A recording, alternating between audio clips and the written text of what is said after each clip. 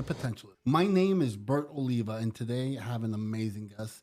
This is a man that I know for, I would say, over 25 years, and recently we got reconnected. And he's a celebrity, he's a global celebrity. A lot of people know who he is. It's funny because when I mentioned that he was going to be on the show, people were like, oh, I can't believe it's him. In fact, some of my employees came in and they had to talk to him. And at the end of the conversation, he says to me, you know what, Bert?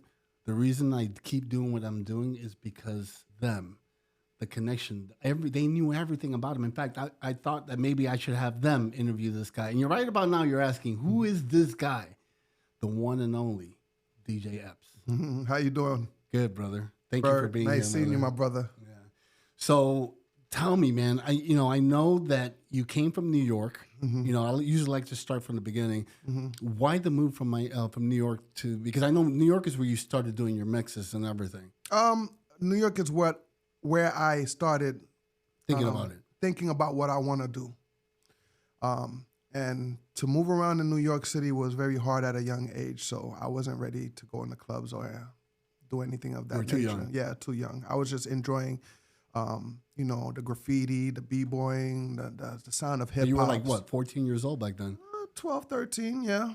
And then, most Caribbean parents from New York City, I think their dream is to move away from New York City because of, the cold weather. We're Caribbeans, dude. Yeah, definitely the snow. But it was tough times, as well as you walking with your mom and you see like a crack pipe on the floor or stuff like that. So was that bad back then? Yeah, New York was very, very back in the 80s. It was very bad. So the parents, they not just want to move for us kids, but they want to move for themselves too. So when my mom decided to move down south to Miami, and she said, I'm gonna go first for a year, get situated, and then I'm gonna bring you. That whole year, I was excited to just start. That's a major transition from New York to Miami, especially back in the day. Definitely. Yeah. You're just used to, the big buildings, the buses, the type of schools over there. But Miami is a different breed, different animal. And it was tough over there. Over here, you're a little soft. Some of the people are going to complain, but back in the day, you can't compare Miami to. There were certain parts of Miami or South Florida that you needed to be. Yeah, Miami done got you relaxed. So I could see what you're saying about the soft part. So yeah, it got you relaxed and yeah, we got comfortable out here watching these palm trees and beautiful ladies and so on. So then when you got here, when did the music thing happen for you? When I got here, it was wide open for hip hop. When I got here, there wasn't no name DJs. There was Uncle Al. Rest in peace to my brother Uncle Al. You know what I mean? But he was more in the hood. He was definitely in the city. Like urban music, doing them block parties and serving up the city for what they want. But I came in and realizing that there was no hip hop on South Beach. It was all Studio 54 music, vibes, Fat Black Pussycat vibes, and whatnot. And I just noticed there wasn't no hip hop on South Beach, just catered to hip hop, only hip hop. And for me to bring my New York City mentality down south and blend the New York and Miami and create a mainstream. Matter of fact, I am the first DJ to have his own hip hop party mainstream on South Beach, and that's where you end up learning about the Club Zens and the Sugar Shack and the Club Cream, the Fat Black Pussycat, the hip hop room back there. It was a huge jump, but it was the right timing for me to understand what I wanted to do it and how I wanted to do it in a different market, totally different market from New York City. And how'd that work out when you first started doing it? It worked out good because I was working with a couple of guys that understood my vision and I understood theirs. So when I say guys, one was a promoter. I'm a DJ. One was whatever, you know what I mean? And everybody had their own role. It was like a team. Yeah, it was a team. Everybody had their own role. Like the Rat Pack type of thing. Correct. Everybody had their position, and together you were able to make a larger move than just one person at a time. And we became like the hottest football team in the city, and everybody would just come to our parties. And, enjoy it. And now you got New York or California or any other market that would come to walk on South Beach and they looking for a hip hop spot, and then they hear hip hop about a feet away and they're like, what's that? And they go in there and they see DJEpps by himself rocking a hip hop party and everybody's going crazy. Those are the times that you're not gonna forget. You're gonna be like, around what age were you back then? It was around 15, 16 age. Wow. Yeah. So you brought it immediately. Yeah, because when I came to Miami, I started going to junior high and I'm still learning, but at the same time now my boy that used to, do frat parties at UM, he's like, come DJ for me, whatever. And I would do that. And after that, started walking on South Beach and learning, about the market, the city. And sure enough, everybody that was coming from New York down to Miami, vacationing, whatever the case was, they would enjoy going to a hip hop party on South Beach. And next thing you know, Diddy's there, J-Lo's there, Wu-Tang, Eminem, everybody's coming to visit. Before anybody was anybody. Yeah, they would come to Miami because the label would order them to go to Miami to go visit the radio stations in Miami. So now they got a little free time. They go walk around South Beach and they go. So you were doing house party or club parties. You weren't on the radio. And hooky parties, all right? Yeah. Mom, yes, I skipped school. But you weren't doing, you weren't on the radio yet, right? No, I was on underground radio, you know what I mean? And I was learning how. I remember those. Yeah. I used to love the underground radio. Yeah, whether it was Blaze 104.7, whether it was Mix 96, like these stations gave me an opportunity to just showcase my DJEpps brand. And those radio stations would push us so much that the big stations would end up grabbing us to be part of their stations. And that started growing. That's how you got it picked up? Definitely. You know what I mean? At one point, Uncle Luke had a show on 99 Jams, and he wanted the hottest DJs. And sure enough, he grabbed me, Irie, and Khaled. Well, he grabbed the best. Yeah, Soul Syndicate too, and then but you weren't in radio, so this is the first time you show up. The equipment is different. The setup is different. How'd you take it when you first walked in? I had to... I'm taking you back. Listen, man, because just thinking about it, I'm here. I need to learn radio, but I'm learning radio when Luke has all these people in the studio. So it's kind of hard to learn broadcasting when you're having an Uncle Luke party show at the same time. But, as time would go, on other days, I would go to the radio station. I would learn and pick up some knowledge and learn how to become a radio host, DJ, a brand known name for Miami, Florida. But you kept your name the entire time. You weren't one of these guys that changed the name. I know you did in the beginning, but once you had DJEpps, that was it. Listen, first of all, Epps is a very unique name. Like, if you hear another DJEpps name out there, please let me know, because we're gonna cancel that ASAP. But to have Epps always. First of all, my name came from Killian Senior High. Oh my! All right, my wife went to Killian. Okay, so if you remember, I don't know if it was there at that time, but there was a painting of a soccer ball player on one of the walls, and he was like that, ready to kick a field goal. And me and my cousin, we coming from New York, like, yo, we can't run around this school with our first names. It's kind of corny. Let's make up names. And whatever, something happened. He was like, yeah, Epps, I think we should do that. And I looked at him, I'm like, what do you call me? He's like, Epps, look at the soccer ball player. He looks just like you. And the signature on the bottom said Epps. And sure enough, he had the whole school call me Epps. Like, I couldn't get away from it. There wasn't no Mike Epps. There wasn't no Omar Epps. You didn't even know of a Epps. Like, Epps was kind of unusual. Like, it sounded weird, different. Like, it wasn't no Steve or Mike or nothing. Right. You know what I mean? So I was like, you know what? I'm going to go ahead and run with it. And sure enough, Epps became a household name in the music hip-hop industry. That is too cool. It all started in school. Yeah. I mean, most of those type of things happen. Did I expect that to happen that way? Nah. I was being simple and going by DJ Junior, if I remember. And then when you were on the radio, how long were you on the radio? The radio, for me, it's kind of embarrassing to discuss it, but I don't care. I've been through it. For all 3 major radio stations in Miami, and if you're from Miami, you know which all 3 radio stations I'm talking about. For not one of them to took my brand and made it their household name and support me like I support them, that's an insult. Yeah, you know what I mean? The first time I went with 99 Jams, something I learned not just the business, but I learned politics. Gotcha.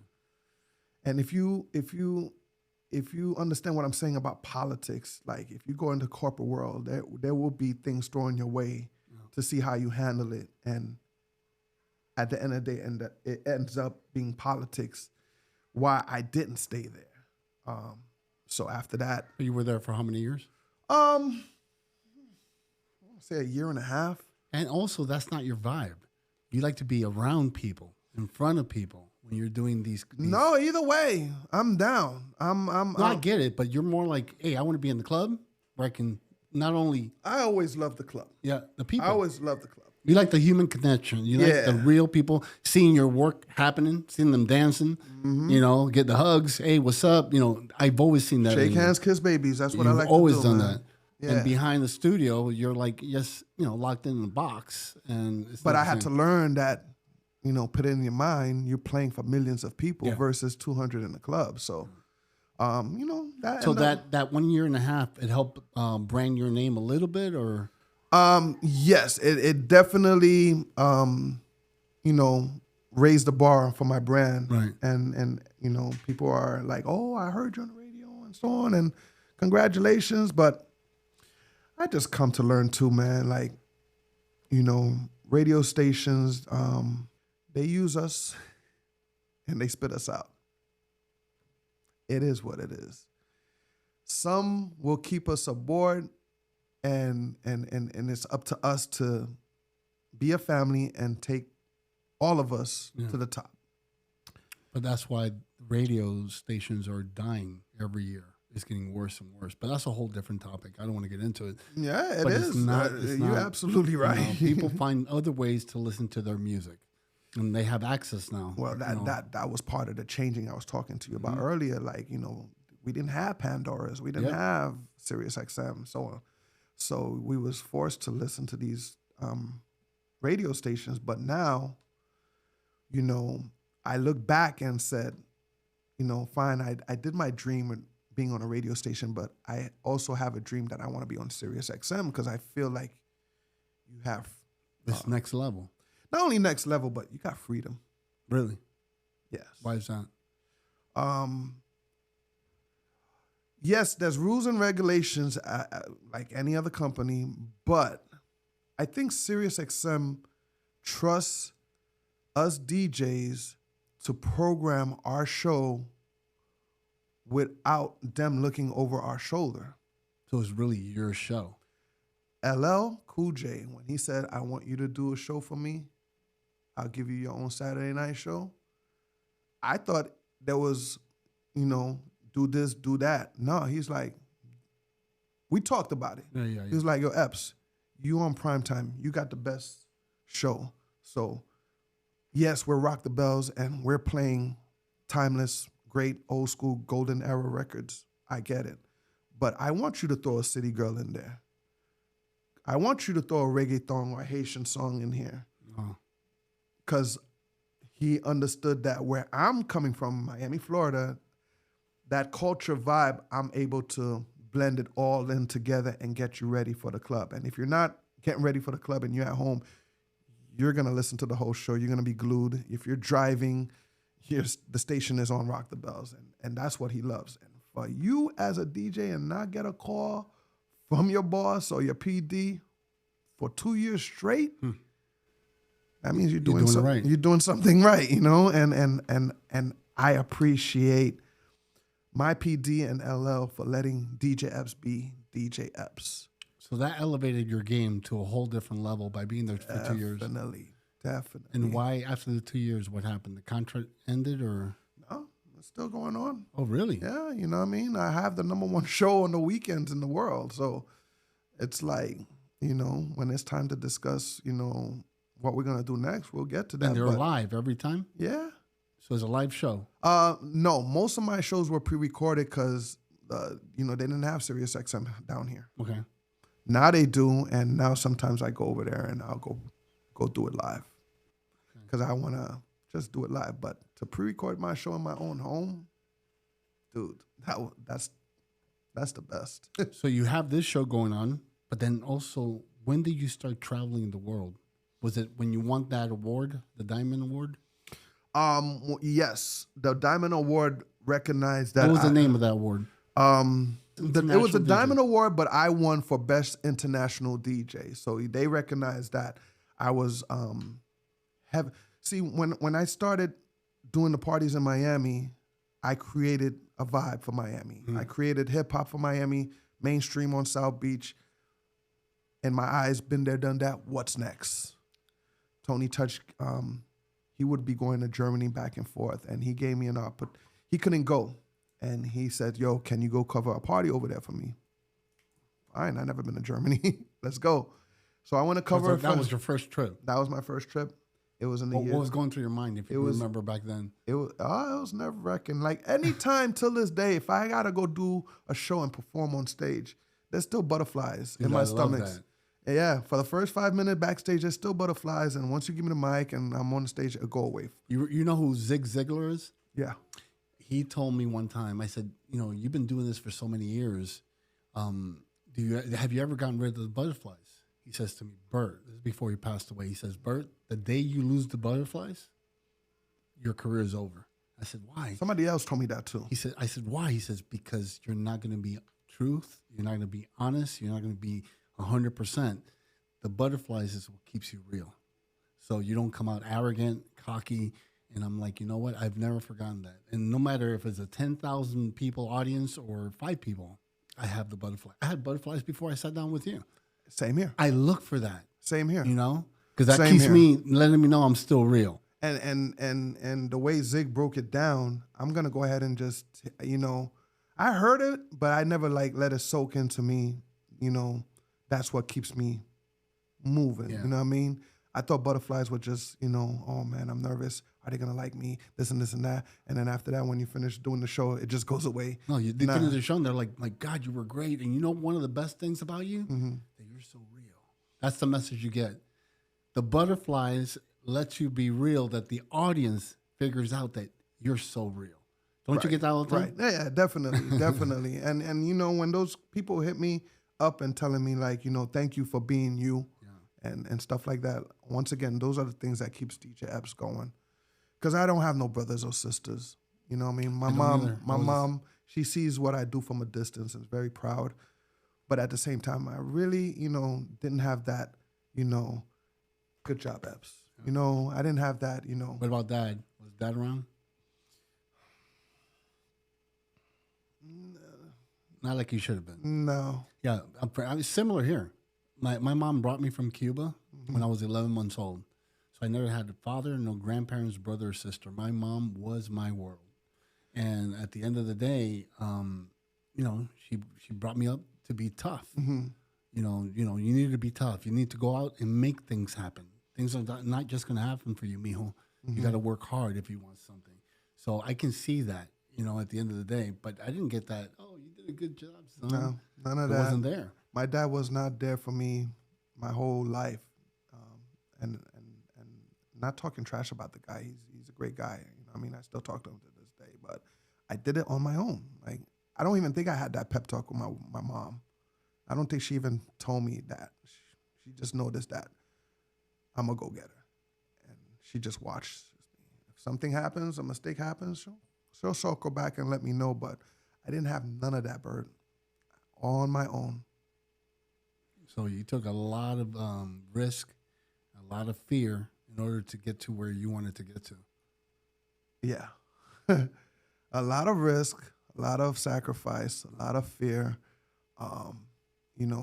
Even after the pandemic, I had to just totally switch up a lot of stuff because the world was just changing. And being that I came from a place where it's just me by myself, you know, I had to figure it out. I'm like, okay, how do I reinvent yourself? How do you, you know, trust certain people, Yeah. and so on. And But real quick, I don't want to get as far as the pandemic. We're about to get there. You traveled the world, man. You went to places that hip hop was not there at all. You were bringing hip hop to different countries. It never got to your head. What kept you, you know, with your feet on the ground? The ego didn't pop up, or did you go through a phase that your ego started getting big? no, man, I'm never that type of guy to be like, yo, I did that, or that. You know what I mean? Like, you know, I could get on these interviews and be like, yo, I made South Beach, I made hip hop there, but I was never that type of person. You know, who was the first DJ to introduce the Europeans to Pitbull, Kulo when he first came out? It was me. Yeah. I was the only DJ going back and forth overseas to do that, and I never looked back and said, you know, Pitbull owes me or I'm the man or nothing like that. I'm glad that I know that I had the potential to make history, you know what I mean, and show them Flow Rider. Believe it or not, they did not understand Rick Ross. You basically did it, and you keep doing it. Yeah, For you. drill it in their head. For you, for the music, the love of music. Mm-hmm. You're not doing it. If anything happens, it's a byproduct. Okay, you know what? That's a bonus. Mm-hmm. But I do music for me, basically is what I'm hearing. And not saying just for you. You do it for me because I want people like us to enjoy it. Right. You know, and Right. that's what I've seen, and that's what you keep doing. And it's just like, I think that's what sets you apart from a lot of people. A lot of people do one hit wonder, one good jam, and it goes to their head. I love seeing people like yourself that you've had amazing success. You have accolades. People know you all over the world, and you're still down to earth, man. That's because I keep my face clean. You know what I mean? I'm not an asshole. Excuse me, can I curse? I'm not a jerk. You know, and most importantly, I love to help. I love to help. I don't care if you're, you know, somebody that's, you know, not in the music field. No I matter mean, you're what. helping me. You ask me, hey, how many followers do we have? I go, about 65. He goes, man, I'm going to help you. And then You know? it wasn't even about the followers. It's the fact that you had a thought process of bringing something that went south before back into the light. You know what I mean? And yeah, why not? You know, we go way back, and of course I'm gonna help. It had nothing to do with the followers. The followers go up. Hey, make it happen. Yeah. But you know, it's just I'm very spiritual, and if I know that I could help you out, I know God is gonna repay me for that. So when you say spiritual, like how spiritual are you? Okay, before the pandemic, I wasn't that spiritual. When the pandemic struck and reality started hitting me, and I did what I was supposed to be doing way back in the days, and sometimes would go to church on Sundays and just trying to find out why certain things happen, where is my life going, this and that. I end up finding that I'm more spiritual. I need to talk more and pray more to God. I need to help people because it's all going to come back to me. That was one of my things in my career. It's always help out people because it's always going to come back to you 10 times better. So when I say spiritual, like, you know, just making sure that, you know, I pray more. I talk to God more. How does that make you feel? Us Caribbean people, we're supposed to be doing that no matter what. Yeah. You know what I mean? But we find ourselves too busy to do it sometimes. So when I do it now and realize that, damn, man, I should have been really doing this way back. It feels great. It feels good because being that I'm a single, like I told you, I don't have no siblings or nothing. I got to make sure this happens, not just for me, but for my parents and for my family. So praying all the time is a must. So it makes you feel great.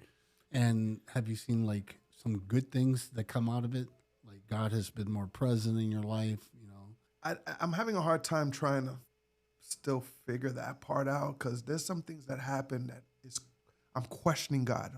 Why are you teaching me this way? You know, maybe it had to be done that way. Maybe maybe not just me, but everybody else may not be picking up the signs that God sends to you.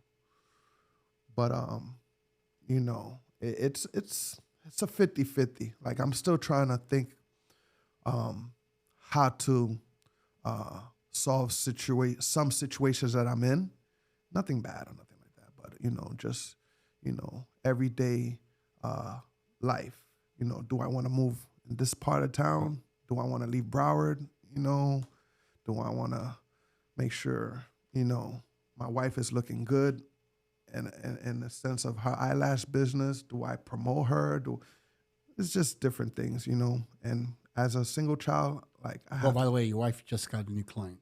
My wife, I don't want her to keep using the eyelashes she's been using. Why? She's using them strip club eyelashes? Let me find out. Definitely, man. She's definitely welcome to come by the establishment and get her eyelash done. But, it's just stuff like that, man, because my wife, I have to also help her figure it out. You know what I mean? Because you guys been together for a long time. Yeah, it's about over 25 years. That's not normal in today's world. I remember growing up when I was a kid, one of the things I remember going to school and they had Parents' Day and so forth. I was the only kid that didn't have a father. This is back in the day, right? Now, that's the norm. Now my kids were like, Dad, Mom, you guys are weird. Because when we would show up, the parents were together. Mm-hmm. In fact, most of their friends that would come to the house to enjoy, the trampoline, the pools, everything that we bought for them, everybody was, had divorced. They had broken families. And I'm like, wow. So I guess we're the weird ones. So when you hear someone, I congratulate you for that, by the way, 24 years, that's the way it should be. That's the way we were brought up. Yeah, I think we're the last of the weekend. Yeah, you know what I mean? Because, and I asked my wife that. I'm like, yo, if we're just for some reason happen to break up, like, you really think there's going to be another guy that's just as better as me that will hold you down? And, she had to answer that. And what she say? As gorgeous as my wife is, of course, they're going to have the confidence to be like, yeah. But, men are not built the same way. Yeah, there are some guys out there. You know what I mean? And you probably would have found somebody. But, it's more than just helping you out. It's handling you too. You know what I mean? My Dominican is a little firecracker. You know what I mean? So, a lot of guys don't want to go through that these days. They just want a peace. We want peace. We want to just relax. But, to build a foundation, to build an empire, to have that, Bonnie and Clyde, that Beyonce, Jay-Z, it is hard. It's very hard. And if your man is that talent and you're just completely somewhere else, it's hard for her to trust me because she's thinking about my younger days. So, and I get it. So are you still traveling the world doing music? Of course. Because I saw your previously in some of your posts, stories and stuff. You were like, I'm here in Germany. I'm here in China. We just got back from Germany. Went to the Middle East. We went to Bahrain. So what, you go to these places and work for a night or two? And it's like you go from gig to gig, or how does that work? Yeah. If the European side hears that I'm going over there, if one person books me, the others will tag along and try to book me, because they know I'm on that side. They may not have to pay for hotel and stuff like that. But yes, definitely. So you work a whole night, 8 hours straight? Oh, crazy! 2 hours. That's it? That's it. Wow. You get 2 hours of my time. I'm gonna and bounce. Nice. So you know, us premier DJs, that's what we do. We in our contract it's a 2-hour show. It's like a concert. Uh-huh. I'll be nice and maybe do 3 hours, but a 2-hour show, in and out, great energy, performance, making everybody feel good, making everybody go home safe and sound is everything for me and the promoter. You know what I mean? And once my agent found out that the first couple of parties in Europe that I was, like, the promoters would tell my agent, like, this guy was amazing. Mm-hmm. That's when my agent noticed that he had a gem, and he started bringing me every month, if not every month, every other month, to Europe to perform and make his agency look good. And that's how that worked. And that's how I built my European Asian base. And that's where they gave me the title World Famous. World Famous. DJEpps. Yeah, you know, a lot of people could say world famous, but if you don't live that life, you don't really go tap into those other countries and make them feel good and, you know, request you to come back. So hip hop is global right now. Everybody loves it.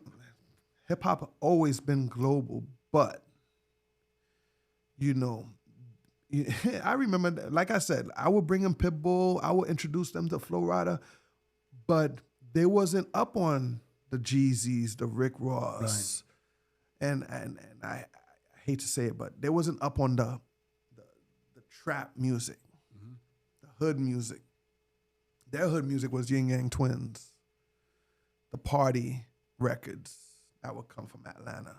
They didn't understand the dope boy music, but now everybody loves Kodak. Everybody understands Moneybagg Yo. Everybody loves Rick Ross all over the world. So, and I felt like very proud that I brought that sound overseas to them. That is awesome. And you've also done like major parties for like P. Diddy and Harrison Ford. And so all these big, you know, artists and movie stars, they reach out to you to have parties for them? Yeah, definitely. I just got back from doing Kevin Hart's birthday party, and I thought that was amazing for me. Like, it's 2023, and the biggest comedian is asking for me to come do his birthday party. That is great. That's not just winning, but it's an honor. It's privilege. It's everything. That means you're still doing the things the right way. Definitely. You know what I mean? For me to tell my kids I'm leaving town, where are you going? I'm going to go DJ Kevin Hart's birthday party. I want to go. You know, and it's a great feeling. And, you know, and that started in an early age too. And I want to thank, you know, South Beach or Chris Pacello. And I remember Chris Pacello. Yeah, you know, those guys, they would allow me to do their hip hop room when they would have Liquid back in the days. Those were good old days. And when you would have a person like Chris Pacello throw those type of parties, now I got the Jerry Seinfelds in my booth. I got Michael Jordan in my booth, just standing there and watching me just make the whole room go bananas, like, you know, and that right there, you know, that's what made DJEpps grow. For you to do a great job and somebody big as Biggie is standing next to you in the booth, that's a sight. But the more I talk to you, the more passion. You're all about passion. You dive deep in your thoughts. Is that what you do with everything, even music? Like, you just will play a song, but maybe you don't want to play that song because it just doesn't connect with your inside? Doesn't matter if it's a popular song. You know, how does that work? There's different situations. You know, there's to-go-to records that will make the party go crazy no matter what. There is records that, you know, there's what we probably call it a B-list record that, you know, people should remember and be like, oh, man, that was my joint. There's that new record, and this is where it gets complicated for some DJs. It's that new record that nobody never heard of in their life. But you know it's good. I know it's good, but it's the way I play it, and the crowd don't go nowhere. It's still, Matter of fact, it's so funny. Sometimes you drop a new record and you see somebody humbling it or mumbling it, whatever the case is. And I know I just got that record out the studio last night. That's when you know you're a good DJ, that you could just drop any new record and everybody's still dancing. Nobody didn't go to the bar. Nobody didn't get off the dance floor. They still dancing like it's their favorite song. It's because how you dropped it, how you played it. It's a hit because you dropped it. You made that hit. And then everybody go back home like, yo, what was that song he played that was saying, That's an ultimate feeling. With these transitions that we're having in society, in the world, in music, where do you see hip hop in the next couple of years? What does that mean? That's like asking me where you see me at my age. Where do you see me in the next 5 years? I'm going to ask you that too. Okay, for hip hop, I really hope it goes back to a place where you are being so creative that record is always going to be remembered. Like back in the days, you didn't know till this day, everybody will be still singing This Is How We Do It by Montel Jordan. I remember that. Till this day. Like nobody knows Montel's a pastor. Nobody knows he lives in Atlanta. Nobody, but if you play that song and he walks by you, you don't even know that's him. You know, I would hope to see whoever puts out a music this today has that longevity. Because that's what music is all about. You remember when you met your wife and that one song. You remember these type of songs. I have a problem with some of these songs not going to be remembered. You know what I mean? You said it yourself, one hit wonder. That's it. Or they get to themselves and they get themselves into trouble, and next you know, their career is gone. I see that happening all the time. All the time. But if you humble yourself, strategize yourself, calculate the game, you're going to continue being a J. Cole, a Kendrick, Jay-Z, even Yo Gotti, people like Yo Gotti, these guys are in the trap. They still have a hood mentality, but they also learn how to become a businessman. And, you know, it's not about them. It's about the new generation and so on. So if we could have a Cardi B in the next 5 years not throwing mics at people, I hope that's where hip hop is going to. Like, we're going to be more respectful. We're going to be giving you more hit records. We are going to, go to a show and not throw objects at the performers. Right. You know what I mean? We're just going to go back to that time. I think we need a reset. I truly believe it. I think no matter what, it don't have to be music. Mm-hmm. Anything and everything needs a reset, including your body and soul. I agree. Yeah. I agree. The world needs a reset. The pandemic was just a slowdown. The corona thing was just to slow people down. That wasn't a reset. You think it was it was a slowdown? I think it was a reality check.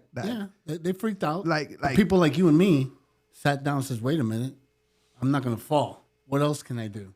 Yes. Right. But at the same time, Bert, I was like, I've done everything in the music industry. You said it yourself. I've been here, everywhere. I've been there, I've DJ'd for this person. And I was at a point like, okay, what do I want to do next? And does it really need to involve music? Should I open up a restaurant? That's where I was really ready to give it up.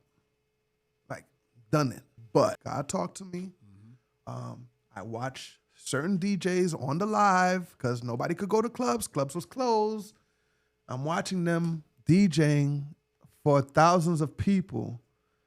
I'm like... From the living room, kitchen counter, back of a taxi. It didn't matter. I seen it all. DJs was pulling it out the hats. And it was fun to watch. But it's like, did they know what to do with it? Because when it was time to go back outside, there's no DJs on the gram right now DJing but me and D-Nice, the godfather that made all that happen. Like I don't see no DJs. That's why I stayed on the live and I stayed playing new music and made it a business to a point where these artists are comfortable. Like, you know what? If this radio station or that DJ is not gonna break my music, I'm gonna go to Epps. And now I got all these artists and record labels hitting me up saying, yo, I need you to jumpstart this record, like introduce it to the world. And now it's become a business. Basically, you created your own radio station. My own make show on Instagram. That is freaking awesome. I'm my own boss. I play what I want to play. And you do that show, what, every Friday? Monday to Friday, 10 p.m. Okay, so I turn on my Instagram, on my live. And you have your tables and everything there? Yeah, that was another thing too. Like for me to DJ on my turntables, I my wife said it well. I looked like I was back in high school DJing in my room. So the love came back in the pandemic. The love came back and I figured it out. I learned what I need to do. I learned what how I needed to talk to the massive, and I learned how to make it into a business. And not only that, I go live on my Instagram. I utilize my Ustream to promote what I'm doing, get me followers, and I don't only just go live on my Instagram. I go live on my Twitch, Facebook simultaneously. All at the same time. All at the same time. You got sponsors and everything? Sponsors. Ooh. They come in. My major sponsor is Positivity Water. I don't know if you see the water. It's on the Breakfast Club when they're interviewing artists. But me and DJ Envy and others, we hold shares into that water. Nice. So that's one of my biggest sponsors. But at the same time, clothing lines, watches, all types of other people sending me things to just promote their business on my live, and it's a great feeling. So once it goes live, it gets archived somewhere else? Like if I wasn't able to hear it, I have to hear it live. If not, I'll save it. You'll see it on my post on Instagram. You'll see it saved on my YouTube and Twitch channels. It's there. It's sitting there. So you got to come up with new music every time. Different vibe. Yeah, no matter what, new music. See, Monday to Friday, I had to create segments each day. Monday, New Music Mondays. Tuesday, Celebrity Tuesdays. I interview nothing but celebrities. Wednesdays, I get on the turntables, actually put on a show. I want to see that. Yes. Thursdays, Indie Thursdays, where I get these indie artists, and let them get their shine on. And Friday, same thing as Wednesday, get on turntable. It's a party on a Friday.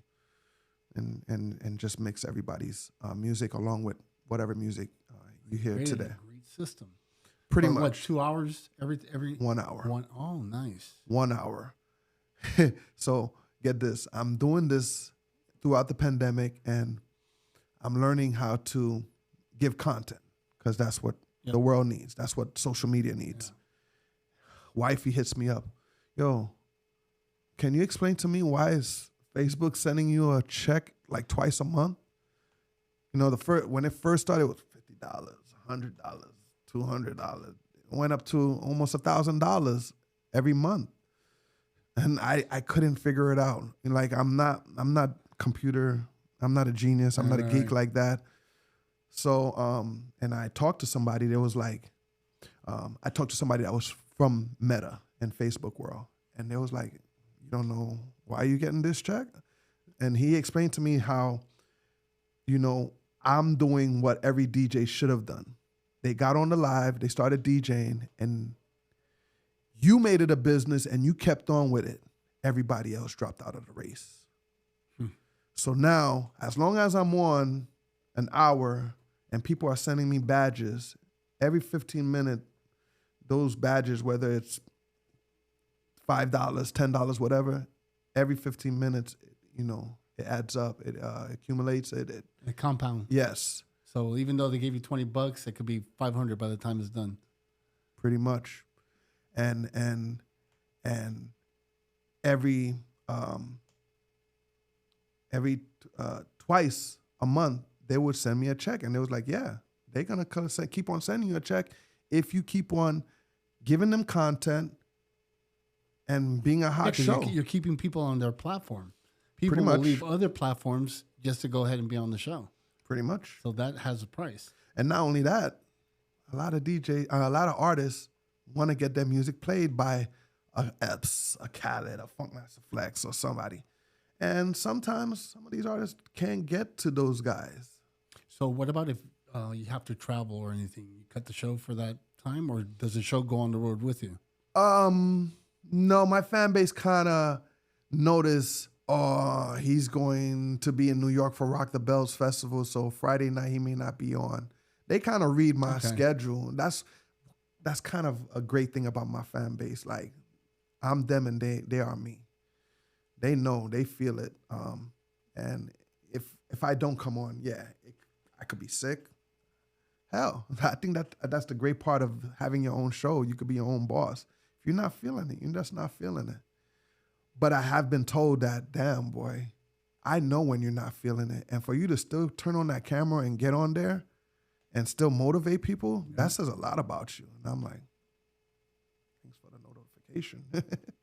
I mean, look what you did to these two young kids here. They walked in there. We had to kick them out. Not really, but we had, but think about it. If you listen to what they were saying, this is what you've embedded in their mind. It's all and things that this is years ago. Right. And they're like, you did this for me and you did that for me. Come on, man. That's when you know. They took me back to a point that I was like, damn, I kind of forgot about that era or that zone. So what's your next move? Now you did you're having your show, you're traveling. Where do you see yourself in 5 years? I leave it up to God's hands.